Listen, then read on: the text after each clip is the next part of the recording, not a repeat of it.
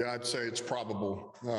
He's, got back in the rhythm Wednesday. I thought yesterday he looked even better, and we expect him to continue to improve today. So I think we'll see golf this weekend. And I'm sure you kind of respect the Packers' decision. They've announced they're going to play their starters this week. What level, I guess, do you anticipate seeing some of their top guys like Aaron Rodgers and Aaron Jones? Yeah, well, I mean, we're prepared to see them the whole game. I mean, that's look. I know what that's like. Just we would go through that. Where I just came from, there was a couple of different scenarios. Is how much do you play your guys? Do you not? Is there a rust factor? Is there a rhythm factor? Is there all those things? So I think they'll play that by ear. But as far as we're concerned, I mean, we got to be ready to play their very best, and that's how we've been preparing. Thanks, Dan. Yep. Tim. Hey, Dan. Good morning. Morning. You've talked all year about with your guys just building a foundation, right? And how some of the adversity that you guys have faced throughout the course of the year has kind of helped, build that foundation, been the floor for that foundation. I'm just curious if you had a message to the guys who are going to be here next year, and maybe to fans as you head toward this last game and an off season, just for the hope and promise of what you guys have built and what you guys have gone through this year, coming out stronger on the back end of it. No, well, I think it's just that, really. It's about ending the season on a high note. Let's play our best football right now with one left. And, and that way it catapults you into the off season. It catapults you into the following season. So, when you talk about the foundation, I mean, I think a huge part of it is exactly what we've been going through, which is, man, when things don't go your way, you got to go back to work, and you got to keep trying to improve. And you got to look at each day. It's a new day, and learn from the old and push forward. And our guys have done that. And I think that's a huge part of it. I really do, man. And when you collectively think that way, players, coaches, organization, you get better, and you do become more resilient, so that when you get things where you want them, and you have that spirit about you, I think it makes you tough to beat. Thanks, Dan. Okay. Yep.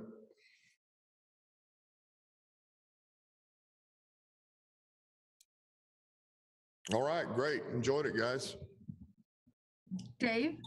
Oh, I'm sorry. I didn't know you had called on me. My apologies there, Dan.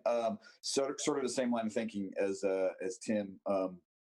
Just what do you think of what you've done this year so far, the foundation, in terms of getting that impact? I mean, I think you've talked about that before, so I kind of know what your answer is going to be, but just how do you feel about what you've built so far, 16 games into this thing? Well, look, I'm not happy with the wins, I know that. I'd like to have more of those. Certainly we all would. But as far as where we're at now, when I think about where we started, I am encouraged.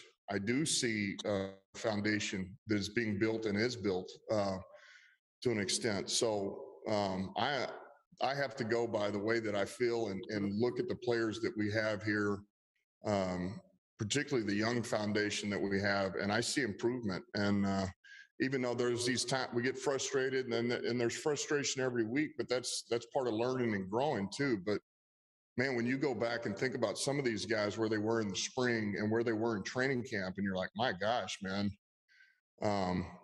that's where you get really encouraged, because you do see the steps. And sometimes you lose sight of that along the way because, you're not winning, and a guy makes a mistake that, man, you wish he wouldn't make. But man, when you just step back from it all and look at where you've come from, and a number of these players, I am encouraged. Why is, you guys rank among the league leaders in snaps by rookies, and everyone says, you take the biggest jump from year one to year two. Why is that? Why have you seen that to be the case in your past? Oh, I just think, look, having done it as a player, there's nothing like, man, when you're a rookie, you're swimming. I mean, you come in, you're just trying to find your place, much less be the player that you are. I think, I don't want to say guys like Saint are rare, but they're damn near rare. I mean, for the fact you can come in and get your feet under you and be able to get your confidence and your skill set to a certain level to be very competitive by the end of your first year, that doesn't always happen. It takes a minute. And that's, I think that's the norm. But man, once you come back and everything that you've learned and processed, and now you understand, man, I know what we're doing. We come in spring. I know what time the team meeting is. I know how these O&D meetings are going. I know how the special teams are going to go. I know how the practice is going to be laid out. I know what Coach Wash expects of me, or AP, and I know the drills. I know what he's looking for. Man, you take a huge jump, and that doesn't mean. Look, I've seen players make their biggest jumps year 2 to year 3, but most of it it's just the fact that you get things figured out a little bit, and you know what's expected somewhat. So, but yeah, look, it's been hard at times, but it's also been fortunate. Not every team's been able to do what we've been able to do, which is play as many young guys as we have.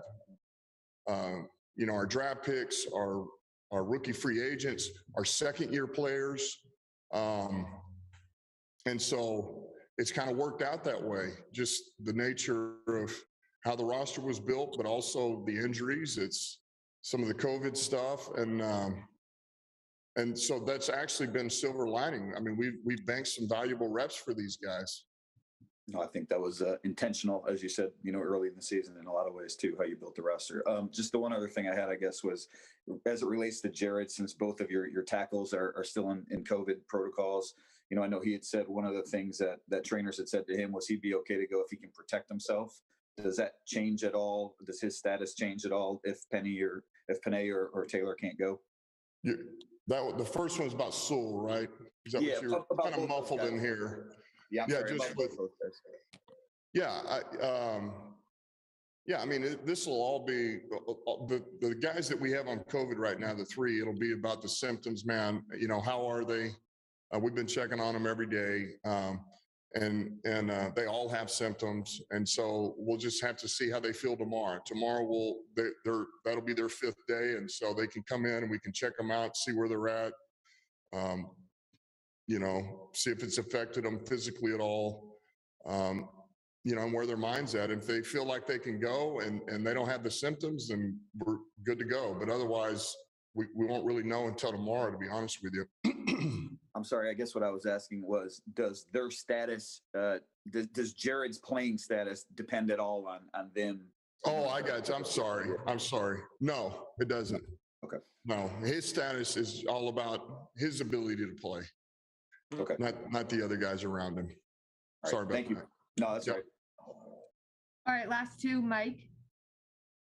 Yeah, Coach, kind of following up the first 2 questions, but how important was the buy-in by players, veterans, and then filtering down to rookies to accomplish what you wanted to accomplish? In other words, you've really got the buy-in from your guys. I'm sorry, I can't. I'm not hearing real good. I'm in the shed right now, and I don't know. So can you ask it one more time? Yes, sir. How important has the buy-in of the players been in this process, from the veterans then filtering down to the rookies to get people, rowing in the same direction? Yeah, how important is the buy-in? Yeah, I got you. Well, I mean, it's everything, right? I mean, because if they don't buy in, they don't believe in what you're doing, then you're really you're pretty much a lame duck. I mean, there's not much you can do. So the buy-in is huge. I do feel like we have the buy-in. I feel like there again, I bring up the veterans that we've had and the pups that are learning from them, the young players. They know what we're trying to do around here and what we're preaching, and it is important. And I do feel the buy-in. And also, just one other thing: you've had 4 of your draft picks play all 16 games. How rare is that? I don't know. I mean, it doesn't always happen. I know that. And, I mean, at one point, I think at New Orleans, we had one where we only had 1 or 2 draft picks that were playing, but that was also the state of our roster. I mean, we had a lot of depth. We had a lot of veteran players. And that was after, a number of years building it up. But yeah, that doesn't always happen. And, but there again, at this point with where we're at, to get those guys that you want to get a look at and see where they can go and giving them opportunity, it's invaluable because you never know down the road, they may be your starters if they're not already, or they become valuable depth for you, special teams, quality backup players, and all of those reps matter. Every bit of it does. Thanks.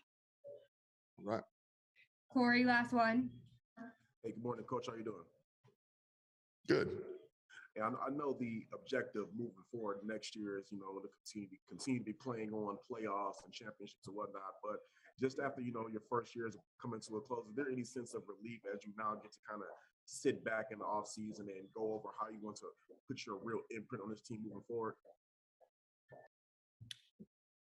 I'm sorry. It's not your fault. This thing is. One more time.